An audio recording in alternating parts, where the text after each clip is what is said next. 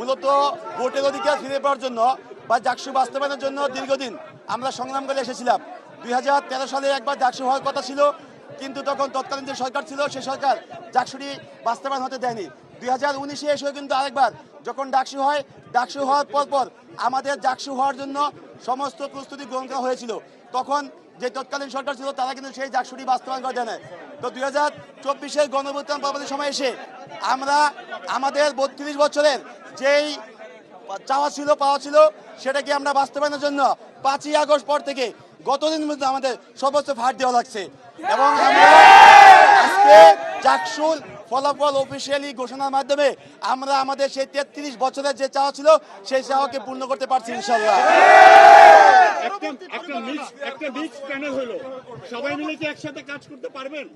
আমাদের কথা হলো যে নির্বাচনে অংশ নেওয়ার জন্য হয়তো অনেকগুলো প্যানেল হয়েছে, অনেক প্যানেল থেকে হয়তো এখানে নির্বাচিত হয়েছে। ইসলামী ছাত্র শিবির থেকে এই 25টি পদের মধ্যে সর্বোচ্চ সংখ্যক তারা পদে জয়ী হয়েছে।